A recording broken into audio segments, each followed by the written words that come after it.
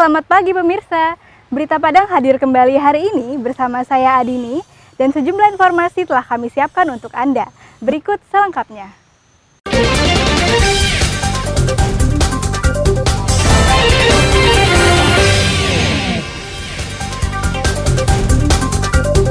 Kapal penumpang antar pulau di Mentawai, Rabu siang ludes terbakar. Petugas pemadam kebakaran Kota Padang Selasa malam menangkap 2 ekor ular sanca sepanjang 3,5 meter. Objek wisata Bukit Cinangkia di Kabupaten Solo menyuguhkan wahana yang memacu adrenalin dan panorama nan indah.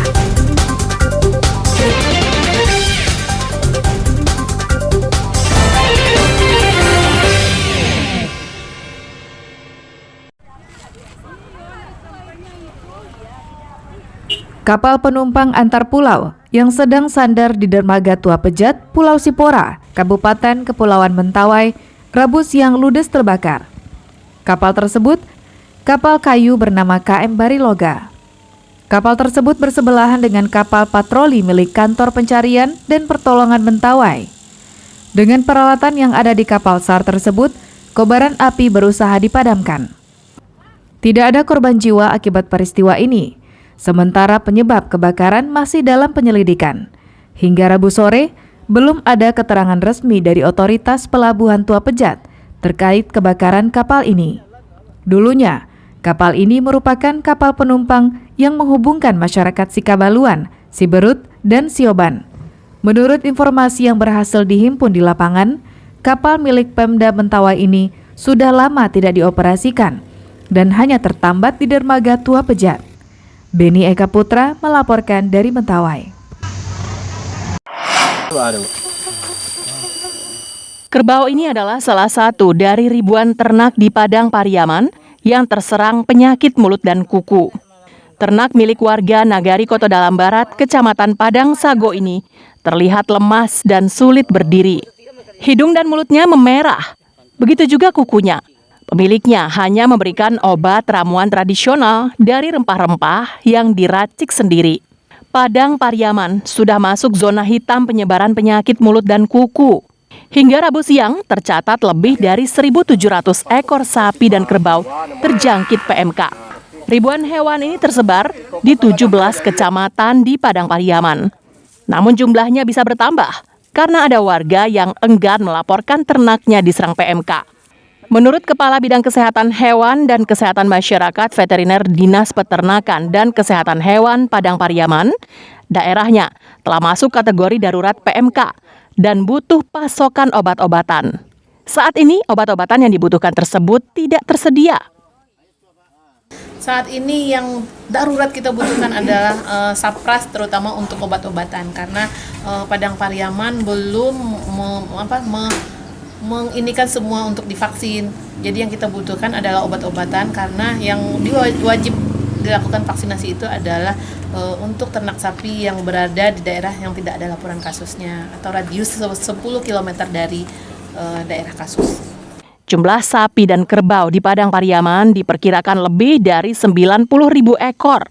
Yang telah divaksin baru 200 ekor, sesuai dosis yang diperoleh dari Dinas Peternakan Provinsi Sumatera Barat. Namun vaksin hanya bisa diberikan kepada daerah yang belum terserang wabah PMK. Eki Rafki melaporkan dari Padang. Alumni SMA Negeri 3 Bukit Tinggi, korban penipuan pengadaan sapi kurban, akhirnya bisa menyembelih hewan kurban. Mereka memperoleh bantuan 2 ekor sapi dan 3 ekor kambing dari donatur. Salah satu pihak yang ikut berkontribusi adalah sejumlah wartawan yang tergabung dalam Bukit Tinggi Press Club. Penyembelihan kurban tersebut dilakukan di Musala Babut Taubah SMA Negeri 3 Bukit Tinggi yang terletak di Jalan Tarok Dipo, Kecamatan Guguk Panjang. Daging kurban yang terkumpul dibagikan kepada siswa-siswi sekolah tersebut serta warga sekitar. Setidaknya pemotongan hewan kurban bantuan ini mengobati rasa kekecewaan setelah ditipu penyedia sapi kurban. kemarin kita kehilangan 5 sapi dan alhamdulillah kita juga dapat memotong 5, tapi yang 3-nya kambing. Jadi kebiasaan kita di Masma, di alumni, membagikan daging ini kepada murid-murid yang terdaftar, ada database-nya di sekolah.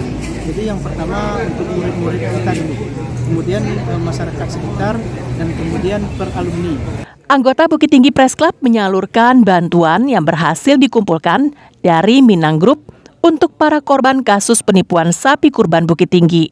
Bantuan digalang melalui akun media sosial Info Minang dan terkumpul 8 juta rupiah. Bantuan diberikan kepada Himasma 3 dan Musala atau Koto Dalam. Bukit Tinggi Press Club, BPC Bukit Tinggi, menyalurkan amanah dari hamba-hamba Allah, yaitu Minang Group, akun medsos di Sumatera Barat. Alhamdulillah mereka mendapatkan dana untuk pengganti korban dari sapi kurban gagal di Bukit Tinggi. Salurkan berupa 2 ekor kambing, dan alhamdulillah tadi sudah ditambah oleh hamba Allah lagi tambahan 1 kambing, jadi totalnya 3 kambing. Selanjutnya sisa kas ini kita bagikan ke korban lainnya di Masjid Taufik Koto Dalam. Minang Group sebelumnya juga telah menyerahkan 1 ekor sapi untuk Musala Baitul Jannah yang juga batal melaksanakan pemotongan hewan kurban karena ditipu. Dina Amrina melaporkan dari Bukit Tinggi.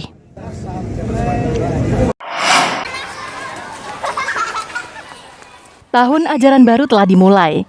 Sejak 2 hari lalu, murid-murid belajar di sekolah mereka masing-masing, dibimbing para guru.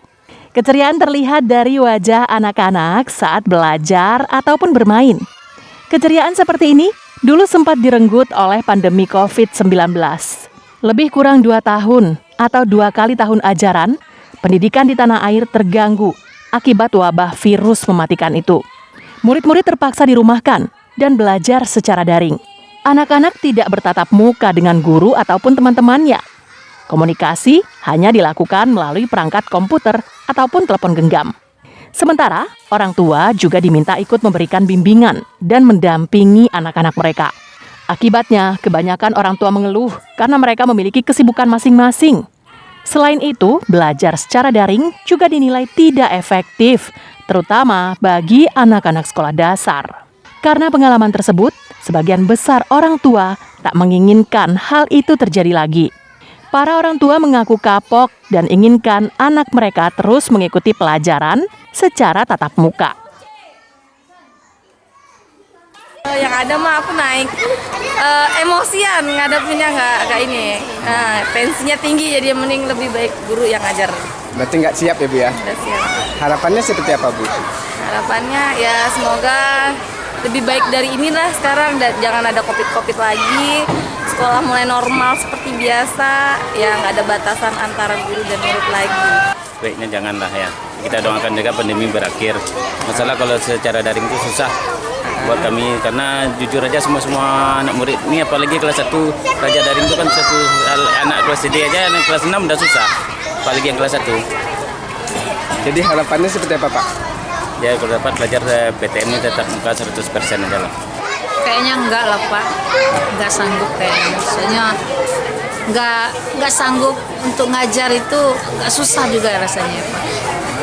Alasannya Bu? Rasanya enggak bisa terkontrol kayaknya Pak. Enggak terkontrol, anak dikerjakan, rumah dikerjakan juga, jadi enggak sanggup kayaknya Pak. Bagi pihak sekolah, mereka hanya menjalankan instruksi dari pemerintah yang menjadi atasannya. Jika terpaksa belajar secara daring, pihak sekolah akan tetap melaksanakannya. Alhamdulillah kita SD 24 Ujung Gurun, rombel 2 rombel hari ini. Terdiri dari 56, keduanya satu kelas terdiri dari 28 siswa. Dan kemarin juga Pak, kami akan tingkatkan prokesnya. Belajarnya kita, kalau seandainya ada surat edaran kita disuruh daring, ya kita laksanakan. Jadi kita sesuai dengan aturan, sesuai dengan edaran yang ada dari atas. Jadi kami tidak, kalau kami seperti itu penyakit akan datang lagi seperti penyakit baru itu, kami akan siap. Dibanding tahun ajaran 2020 dan 2021, tahun ini pandemi COVID-19 di Kota Padang jauh berkurang. Semoga saja pengalaman kurang mengenakan tersebut tidak terulang lagi dan kualitas pendidikan kembali bisa ditingkatkan. Dari Padang, Robiham melaporkan.